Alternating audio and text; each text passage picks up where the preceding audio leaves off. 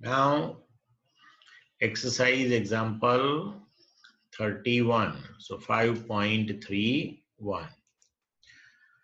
Say,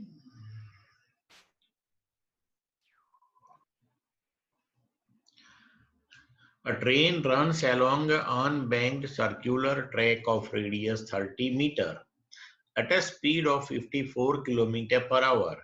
The mass of the train is 10 raised to 6 kilogram.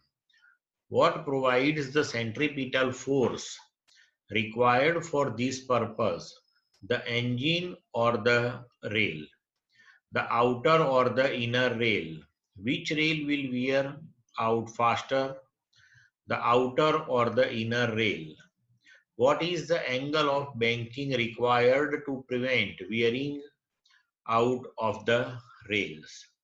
So first thing, the radius of the circular track that is given to you 30 meter. Then speed that is 54 km per hour, multiply it by 5 by 18, so that is 15 meter per second. Okay. Now, centripetal force that will be provided by the rails. Okay. Now we have the equation V0 that is under root Rg tan theta. So V0 square that is Rg tan theta. So tan theta that is V0 square upon Rg. So V0 that is 15. So 15 into 15 upon R30 G10.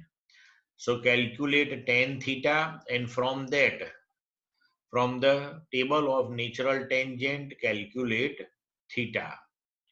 Now here, the required centripetal force that will be provided by the outer rail, okay?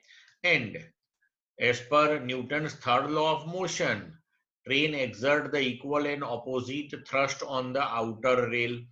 So here, wear and tear of outer rail, that will be more compared to the inner one.